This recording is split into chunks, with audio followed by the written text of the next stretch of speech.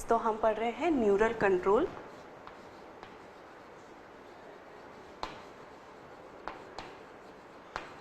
And coordination.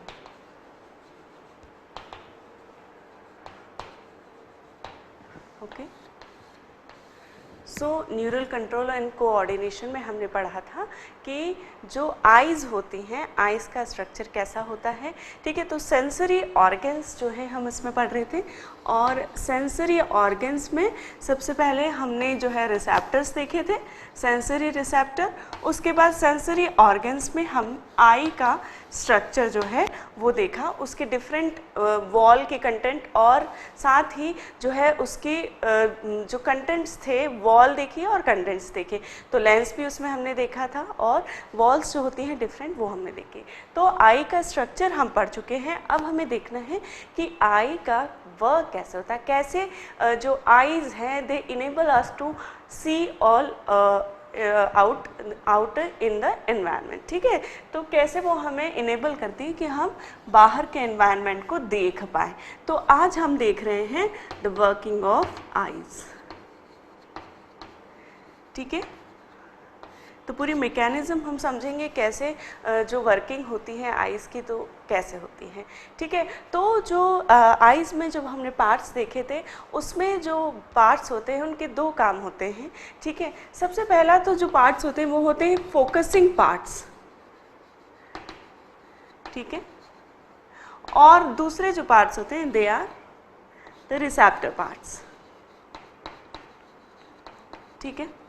तो जो focusing parts होते हैं, फोकसिंग जो पार्ट्स होते हैं फोकस करने का काम करते हैं, ठीक है। तो जो फोकसिंग पार्ट्स होते हैं आइज में वो होते हैं कंजक्टिवा,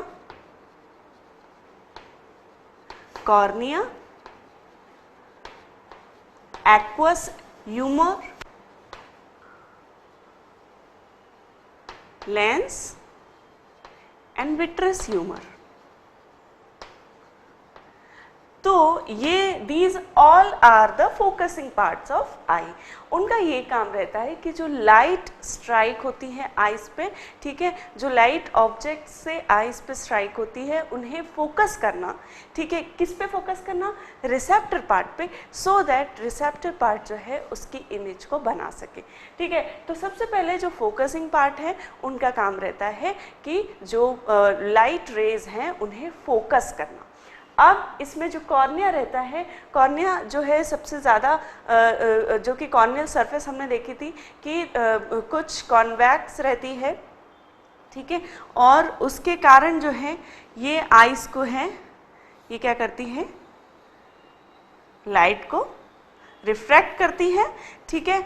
और ये कॉर्निया है, कॉर्निया के ऊपर आपको पता है कि कंजक्टिवा की लेयर रहती है, तो कंजक्टिवा भी उसको रिफ्रैक्ट करता है। उसके बाद कॉर्निया जो है सबसे ज़्यादा रिफ्रैक्शन करता है लाइट रेस का, और कॉर्निया के बाद एक्वस ह्यूमर से जो है रिफ्रैक्ट होती है, ठीक है। जो एयर से यदि वो लिक्विड में जा रही है तो there will be some refraction of light.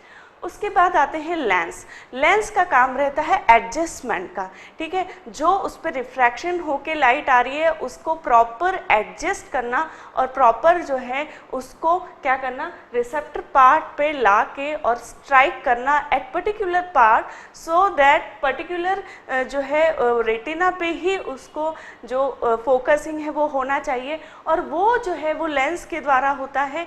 क्योंकि जब हम आगे पढ़ेंगे कि नियर ऑब्जेक्ट और फार ऑब्जेक्ट्स के लिए जो लेंस है वो काफ़ी ज़्यादा एडजस्टमेंट करता है, जिसके के कारण एग्जैक्ट रेटिना पे ही जाके और वो लाइट स्ट्राइक होती है। तो that adjustment is done by the lens and that is called the accommodation, okay. उसके बाद विट्रस ह्यूमर जो कि यहाँ पे होता है, ठीक है, विट्रस चैम्बर में, और वहाँ से भी रिफ्रैक्शन होता है कुछ लाइट रेस का, और फिर वो रिसेप्टर पार्ट जो कि रेटिना होती है,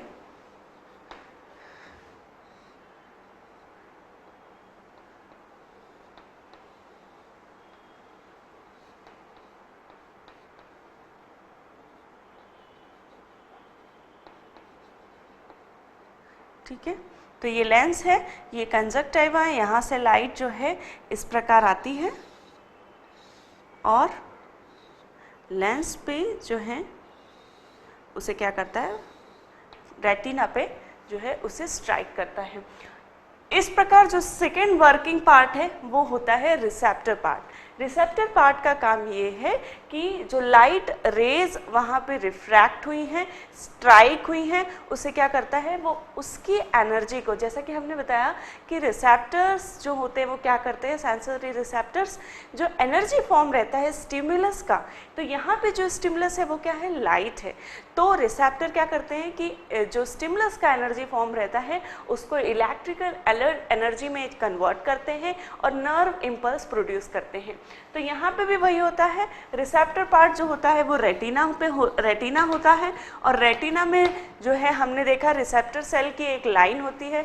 जब हम रिसेप्टर जो है रेटिना की जब हम लेयर्स पढ़ रहे हैं तब हमने देखा था कि उसमें एक पिगमेंट लेयर होती है, फिर रिसेप्टर लेयर होती है, फिर बाइपोलर लेयर होती है, फिर गैंग्लियोनिक लेयर होती है, और फिर वो गैंग्लियोनिक जो लेयर होती है वो क्या करते हैं, वो सब मिलकर और क्या बनाते हैं, ऑप्टिक नर्व बनाते हैं।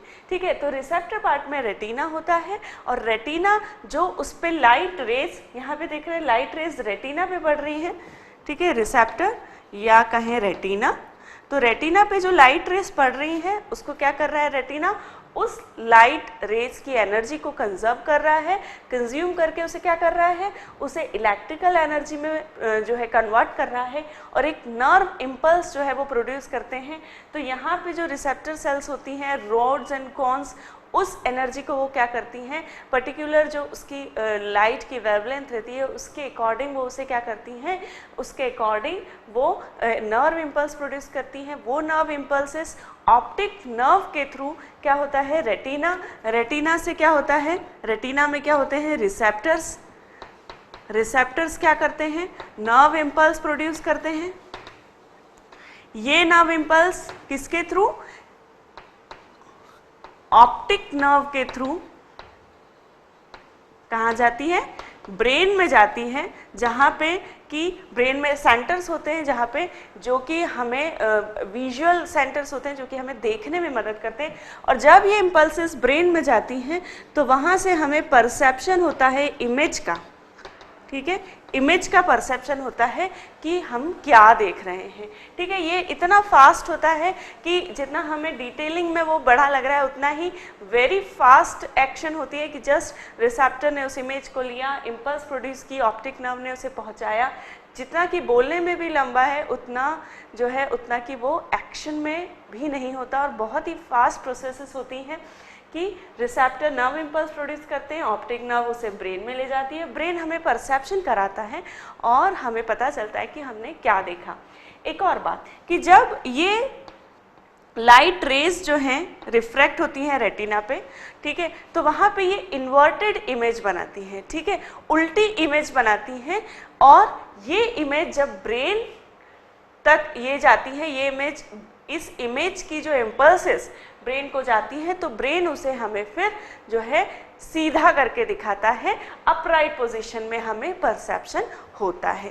ठीक है, तो ये हो गई हमारा रिसेप्टर पार्ट। ठीक है, तो रिसेप्टर पार्ट में आता है रेटिना, जो कि क्या होता है, रिसेप्टर्स होते हैं रेटिना में और जो कि इम्पल्सेस को ब्रेन में ले जाते हैं और फिर हमें परसेप्शन होता है। ठीक है, तो ये हो गया फोकसिंग पार्ट और रिसेप्टर पार्ट। उसके बाद आता है एक जो कि मैंने आपको बताया कि लेंसेज की बहुत ही इम्पॉर्टेंट जो क्वालिटी है वो है एकोमोडेशन की। ठीक है, एडजस्टमेंट की, कि जो लेंस होता है वो बहुत ही बेहतरीन तरीके से एडजस्टमेंट करता है for the light rays coming from the near object and light rays coming from the far object. तो उनके लिए जो हमारा लेंस है वो बहुत ही बेहतरीन तरीके से एडजस्टमेंट करता है। अब ये हमारा जो लेंस है वो किस तरीके से एडजस्टमेंट करता है, तो जो हमारा लेंस होता है वो सिलियरी मसल्स, यहाँ पे जो आप देख रहे हैं ये है सिलियरी मसल्स, और ये जो है ये है सस्पेंसरी लिगामेंट। ठीक है, तो सस्पेंसरी लिगामेंट के थ्रू सिलेरी प्रोसेसेस से लेंस जो है वो जुड़ा हुआ रहता है।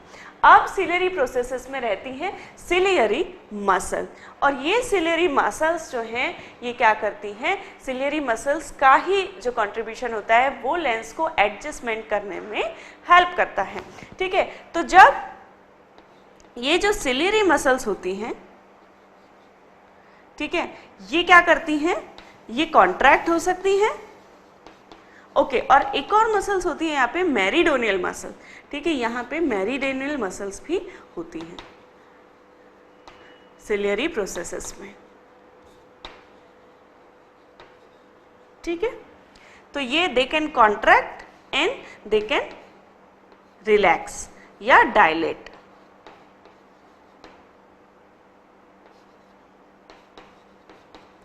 और इन दिस वे वो जो लेंस होता है वो उसे भी एकोमोडेट कर पाती है, एडजस्ट कर पाती है।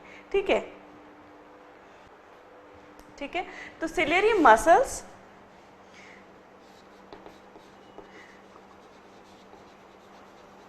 सस्पेंसरी लिगामेंट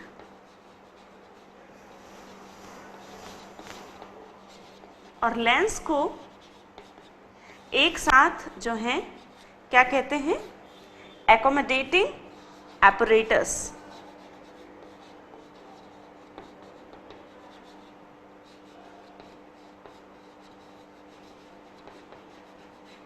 ठीक, तो ये जो तीनों मिलके हैं ये बनाती हैं एकोमोडेटिंग apparatus। अब कैसे जो है सिलियरी मसल्स और सस्पेंसरी लिगामेंट काम करते हैं वो हम आगे देखेंगे कि नियर ऑब्जेक्ट में और फार ऑब्जेक्ट के लिए किस प्रकार लेंस में एडजस्टमेंट होते हैं। ठीक है, और एक और बात, इस एकोमोडेशन के कारण जो 25 सेंटीमीटर से लेकर इन्फिनिटी तक, ठीक है, इन्फिनिटी तक हमारी आईज जो है उसका लेंस जो है वो एकोमोडेट कर सकता है, एडजस्टमेंट कर सकता है। ठीक है, तो जो हमारे आंखों से 25 सेंटीमीटर की दूरी है उसके बाद से लेके इन्फिनिटी या अनंत तक जो है हमारे जिसे कि डिस्क्राइब नहीं किया जा सकता, इन्फिनिटी तक हमारा जो लेंस है वो उन ऑब्जेक्ट के लिए क्या कर सकता है, एकोमोडेशन कर सकता है, एडजस्टमेंट कर सकता है। अब ये एकोमोडेशन या एडजस्टमेंट किस तरीके से होता है ये हम आगे देखेंगे। ठीक है, ओके फ्रेंड्स, तो वर्किंग ऑफ आई में हमने देखा एकोमोडेशन। ठीक है, तो एकोमोडेशन जो है अब हम देखेंगे कि कैसे फार ऑब्जेक्ट के लिए और डिस्टेंट ऑब्जेक्ट के लिए, सॉरी नियर ऑब्जेक्ट के लिए, फार और नियर ऑब्जेक्ट। ठीक है, फार और डिस्टेंट, ठीक है, ऑब्जेक्ट्स के लिए और कैसे नियर ऑब्जेक्ट के लिए जो एकोमोडेशन है वो होता है। ठीक है, अब जो कॉर्निया रहता है, ठीक है, कॉर्निया से मैंने कहा कि कॉर्निया पे मैक्सिमम रिफ्रैक्शन होता है। ठीक है, और क्यों होता है, क्योंकि उसकी सरफेस पे इस प्रकार कॉन्वेक्स होती है। ठीक है, तो कॉर्निया पे भी रिफ्रैक्शन होता है, लेकिन कॉर्निया पे जो रिफ्रैक्शन होता है लाइट रेज का उसे वेरी नहीं किया जा सकता, उसमें चेंज नहीं किया जा सकता। क्यों, क्योंकि रिफ्रैक्शन जो कॉर्निया पे होता है वो डिपेंड करता है कि लाइट रेज किस एंगल पे वहां पे स्ट्राइक हो रही है। ठीक है, जैसे कि जब फार ऑब्जेक्ट होता है,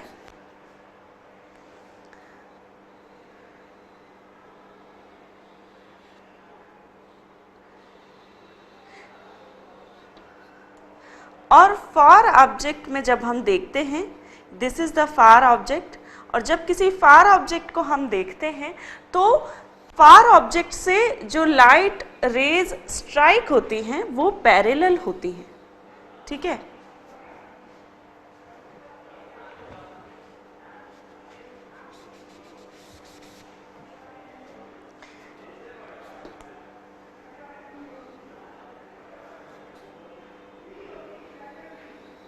लाइक दिस। तो जब हम फार ऑब्जेक्ट को किसी देखते हैं और वहां से जो लाइट रेज आती हैं वो पैरेलल होती हैं और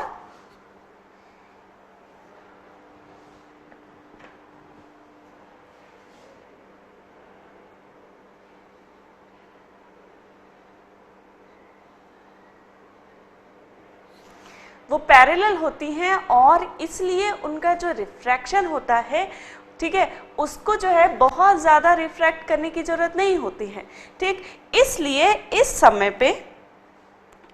समय पे क्या होता है कि जो सिलेरी मसल्स होती हैं वो एकदम रिलैक्स होती हैं, ठीक है।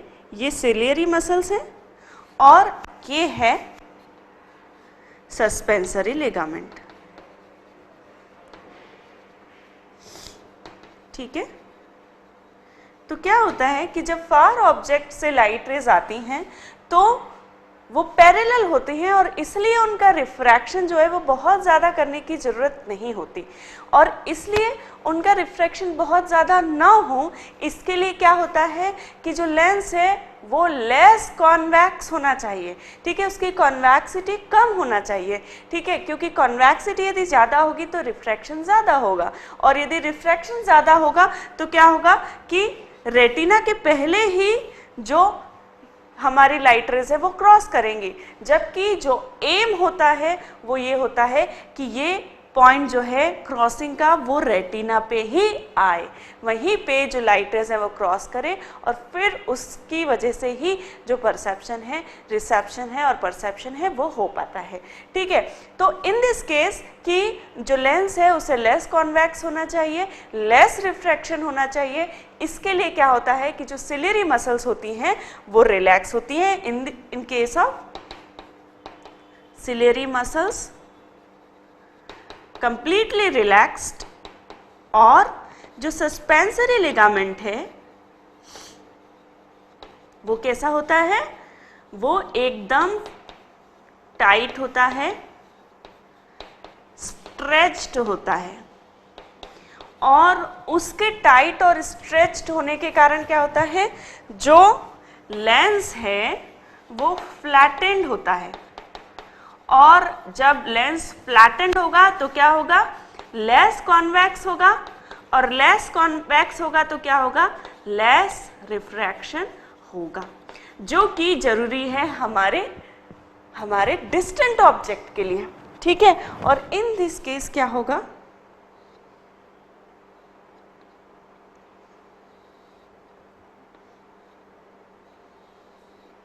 ठीक है, इस प्रकार से जो रिफ्रैक्शन है वो होगा, ठीक है। तो जब डिस्टेंट ऑब्जेक्ट देखते हैं, ठीक है, जब डिस्टेंट ऑब्जेक्ट हम देखते हैं तो पैरेलल होती हैं लाइट रेज, ठीक है, light rays are parallel,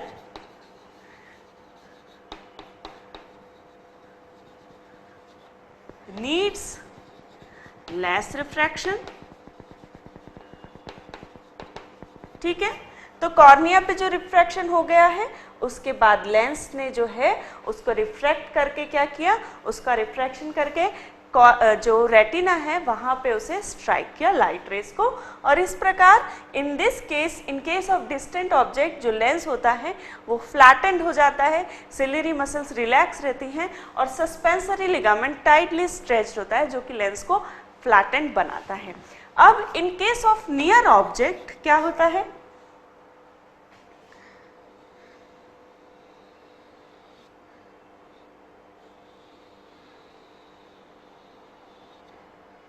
in case of near object, अब नियर ऑब्जेक्ट किसे कहेंगे, नियर ऑब्जेक्ट जो कि 6 मीटर्स की रेंज में जो भी ऑब्जेक्ट हम देखते हैं those are called in near territory, ठीक है। तो नियर ऑब्जेक्ट और डिस्टेंट ऑब्जेक्ट वो जो कि 6 मीटर्स के बाद की टेरिटरी में है, those are called in the distant object और इन द डिस्टेंट फील्ड, ठीक है। तो नियर ऑब्जेक्ट में विद इन 6 मीटर रेंज जो ऑब्जेक्ट्स रहते हैं उसमें क्या होता है, ठीक है, इन दिस केस क्या होता है कि जो लाइट रेज हैं वो डाइवर्ज होती हैं, ठीक है, लाइक दिस, और जब लाइट रेज डाइवर्ज हो रही हैं तो उनको रिफ्रैक्शन की ज़्यादा ज़रूरत होगी, ठीक है,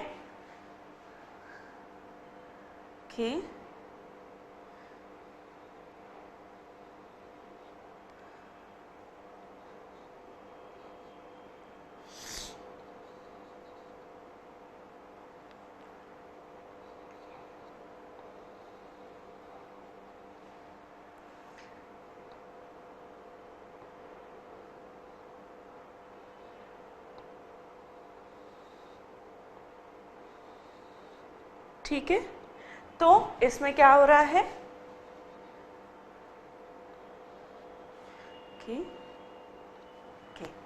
ठीक है। तो यहाँ पे जिस प्रकार ऑब्जेक्ट से जो लाइट रेज आ रही थी वो पैरेलल थी, यहाँ पे जो नियर ऑब्जेक्ट से लाइट रेज आ रही हैं वो डाइवर्ज हो रही हैं, और जब वो डाइवर्ज हो रही हैं तो उनको ज़्यादा रिफ्रैक्शन की ज़रूरत है कॉन्वर्ज करने के लिए, और इसलिए क्या होता है कि in this case light rays diverge and need more refraction. ठीक है, अब रिफ्रैक्शन ज़्यादा करने के लिए क्या होना चाहिए कि लेंस को ज़्यादा कॉन्वैक्स होना चाहिए, मोर कॉन्वैक्सिटी होनी चाहिए लेंस की। और ये कैसे एडजस्ट की जाता है कि जो सिलेरी मसल हैं वो क्या हो जाती हैं, कॉन्ट्रैक्ट, और सिलेरी मसल्स के कॉन्ट्रैक्शन के कारण जो सस्पेंसरी लिगामेंट है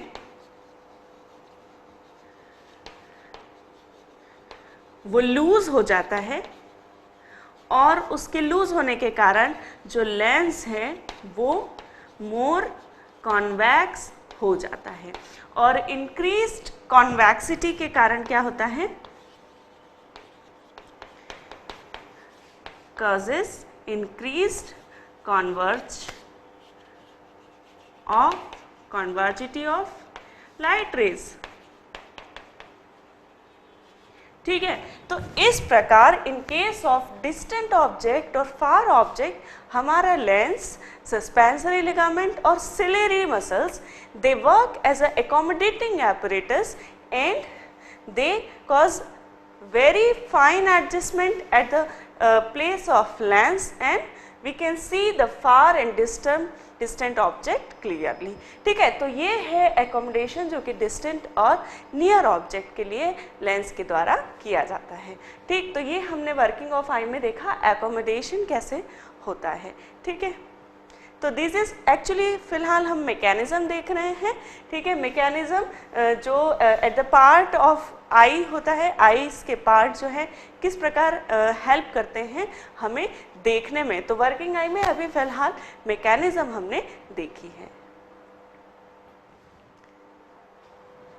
ओके फ्रेंड्स, तो वर्किंग ऑफ आई हमने देखा कि कैसे लेंस एकोमोडेट करता है। ठीक है, अब जो है कुछ हमारे क्वालिटीज़ हैं हमारे विजन्स की, वो मैं यहाँ पे आपसे शेयर करना चाहूँगी।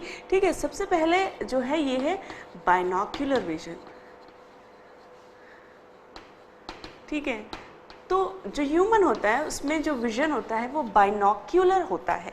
बाइनोक्यूलर का क्या मतलब है, तो ह्यूमन के साथ साथ बहुत सारे दूसरे एनिमल्स में भी बाइनोक्यूलर विजन होता है। बाइनोक्यूलर विजन का मतलब है कि हमारी दोनों आँखें एक डिफरेंट एंगल से एक ही ऑब्जेक्ट को देखती हैं। ठीक है, तो जो जैसे कि यदि हम किसी चीज़ को देखते हैं तो हम एक टाइम पे किसी एक ही ऑब्जेक्ट को देख पाते हैं in spite of we are having two eyes, लेकिन हम एक ही ऑब्जेक्ट पे हमारी दोनों आइज़ जो हैं वो फोकस करती हैं, तो that is known as a binocular vision. अब इसका फ़ायदा क्या है, इसका फ़ायदा ये है कि जब हमारी दोनों आइज़ एक ही ऑब्जेक्ट पे जो है फोकस करती हैं तो उससे आने वाली जो लाइट रेज हैं वो क्या होती हैं कि फोविया पे दोनों वहाँ पे स्ट्राइक करती हैं, और उसके कारण क्या होता है जो इमेज है वो डीप बनती है, और उसी के कारण जो हमें एक स्टीरियोस्कोपिक व्यू है वो इमेज का आ पाता है, that is called 3D view. हम किसी चीज़ को 3D कैसे देख पाते हैं कि हम it's not like a picture. ठीक है, हम किसी यदि किसी ने कुछ पेंटिंग बनाई है तो हम उस पेंटिंग की तरह नहीं देखते। ठीक है, पेंटिंग जो है वो एक 2 डायमेंशन ही होता है, लेकिन we can see the 3 dimension pictures of whatever in our environment, and वो जो व्यू है वो बाइनोक्यूलर विजन के कारण ही हम देख पाते हैं, that is called the stereoscopic view या 3D view of any image. तो वो हमें बाइनोक्यूलर विजन के कारण ही होता है। अच्छा, कुछ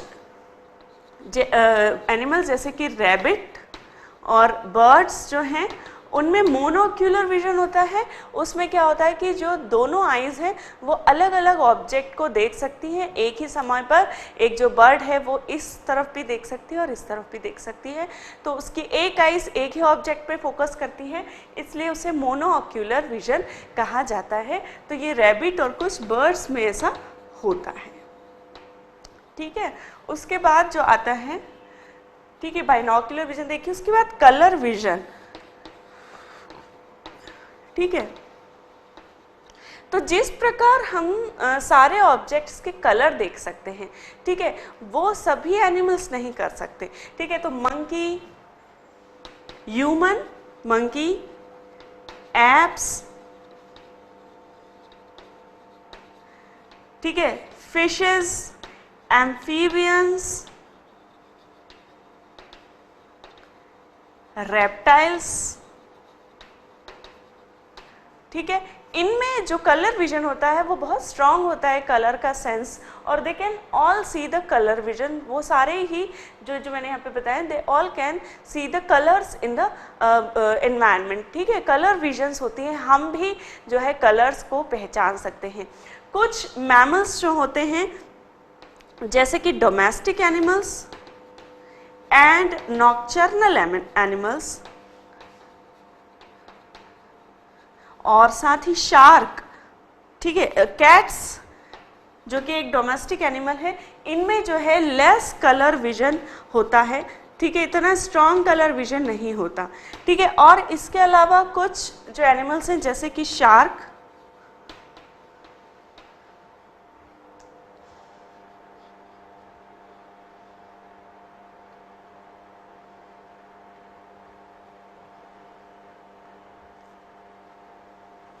ओके, तो शार्क, इनमें भी, शार्क में भी जो है लेस कलर विजन होता है, और कलर विजन जो है कम होने की वजह से जो है वो ग्रे के शेड में, in the shades of grey, वो सभी ऑब्जेक्ट को देखते हैं, और इसे जो है मोनोक्रोम विजन कहा जाता है कि वो किसी एक ही कलर में विजन को देख रहे हैं। ठीक है, तो मोनो मतलब कि सिंगल और क्रोम मतलब कि कलर, तो मोनोक्रोम विजन कहा जाता है क्योंकि वो सिर्फ ग्रे शेड्स में ही चीज़ों को देख पाते हैं। ठीक, तो ये हो गया हमारा कलर विजन। अब रेंज ऑफ विजन। अच्छा, डिफरेंट एनिमल जो हैं डिफरेंट स्पेक्ट्रम की रेस को देख सकते हैं, जैसे कि जो बीज होती हैं, मधुमक्खियाँ, एंड्स होती हैं, स्पाइडर्स होती हैं, they all can see the ultraviolet rays. ठीक है, यूवी रेस को वो देख सकते हैं, लेकिन they are invisible to human. ठीक है, अल्ट्रावायलेट रेज आर इनविजिबल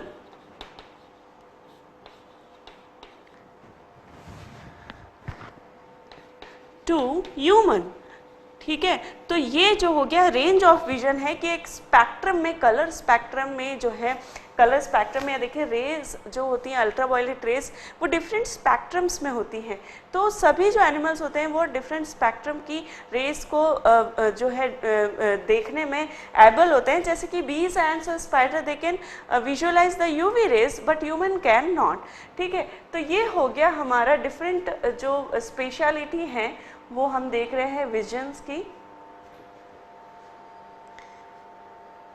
अच्छा, अब एक और जो फैक्ट है वो ये है नॉक्चर्नल विजन और डायर्नल विजन। अच्छा, आपने सुना होगा कि जो आउल होता है, आउल जो होता है वो रात में भी देखने में समर्थ होता है, वो रात को बहुत क्लियरली देख पाता है और दिन में वो नहीं देख पाता। क्यों होता है ऐसा?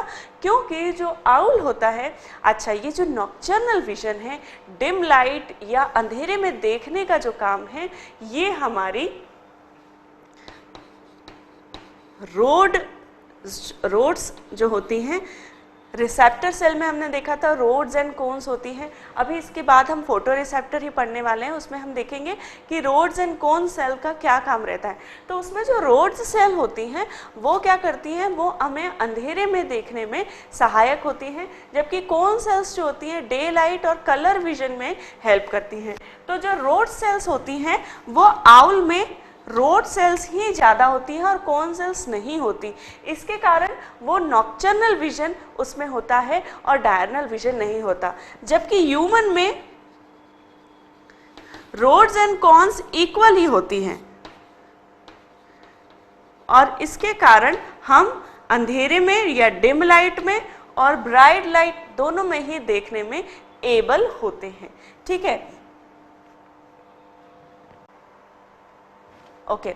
अब डायर्नल विजन की बात करें तो जो बर्ड्स होती हैं उनमें सिर्फ कोन सेल्स होने के कारण वो सिर्फ डे लाइट में ही देख पाती हैं। बहुत सी बर्ड्स जो हैं उनमें डायर्नल विजन्स ही होते हैं, जबकि आउल में जो है हमने देखा नॉक्टर्नल विजन होता है। और ह्यूमन में दोनों ही होते हैं, nocturnal and diurnal, because we are have rods and cones in equal amount in our retina। ठीक है, तो ये नॉक्टर्नल और डायर्नल विजन्स हमने देखा। अब एक और बात कि हम हमेशा जो है हमने पढ़ा होगा कि विटामिन ए जो है खाइए, कैरेट्स खाइए, और उससे क्या होता है कि विटामिन ए हमें मिलता है और हमारी आंखों की रोशनी अच्छी होती है। अब विटामिन ए और आंखों की रोशनी का क्या संबंध है? तो vitamin A and the site का क्या रिलेशन है?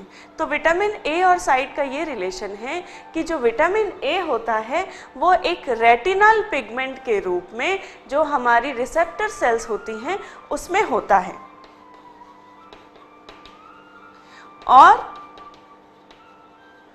यदि विटामिन ए की डेफिशिएंसी हो तो हमें नाइट ब्लाइंडनेस हो सकती है, क्योंकि ये पिगमेंट कम होगा और स्पेशली ये पिगमेंट जो है रेटिनल रोड्स में रहता है, रोड सेल्स में, रिसेप्टर सेल्स में जो रोड सेल्स होती है उसमें होता है। और यदि ये पिगमेंट कम होगा तो क्या होगा कि हम रात को नहीं देख पाएंगे, जो कि हमें हेल्प करती है रोड सेल्स, और हमें नाइट ब्लाइंडनेस हो सकती है, रतौंधी भी जिसे कहते हैं। तो विटामिन ए हमारी डाइट में होना बहुत ज़रूरी है, जो कि मुख्य रूप से कैरेट्स और येलो फ्रूट्स में पाया जाता है। ठीक है, तो these are the different visions and the specific factors जो कि हमारी विजन से रिलेटेड होते हैं। ठीक है, अब हम आगे पढ़ेंगे हमारे फोटो रिसेप्टर जो कि रोड्स एंड कोन सेल्स होती हैं और वो कैसे हमें विजन में हेल्प करती हैं, ये हम देखते हैं।